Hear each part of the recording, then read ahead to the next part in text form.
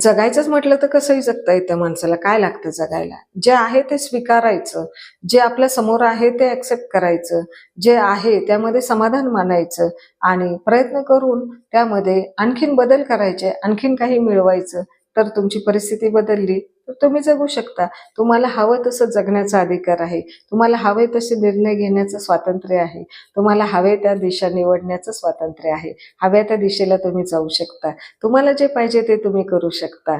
मनुष्य जन्मामध्ये तुम्हाला विचार स्वातंत्र्य आहे.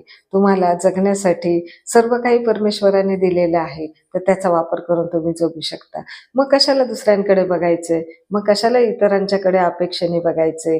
इतर कोणीतरी येईल, करेल, आपल्याला सांगेल, मार्गदर्शन करेल, आपल्याला अडचणीत मदत करेल. तर हा विचार का करायचा?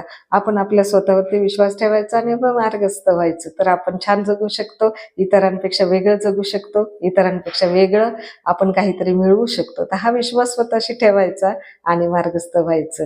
काही कुणाचा विचार करण्याची गरज नाही, कुणाच्या अपेक्षा करायची गरज नाही आणि कुणाला काही सांगण्याची, विचारण्याची सुद्धा काही गरज नसते. सर्व काही आपलं आपल्या जवळ असतं. आपण आपल्या जवळ पाहायचं असतं आणि आपल्या जवळचं जे काही आहे तेच आपण घेऊन आपण पुढं आपल्या आयुष्याला मार्गस्थ करायचं असतं. त्यामुळे स्वतःला मार्गस्थ ठेवा, स्वतःच्या विचारांना मार्गस्थ ठेवा आणि स्वतःच्या प्रयत्नांना मार्गस्थ ठेवा. तेव्हा तुमचं आयुष्य तुमच्या म्हणण्याप्रमाणे, तुमच्या इच्छेप्रमाणे, तुमच्या स्वातंत्र्याप्रमाणे मार्गस्थ राहील.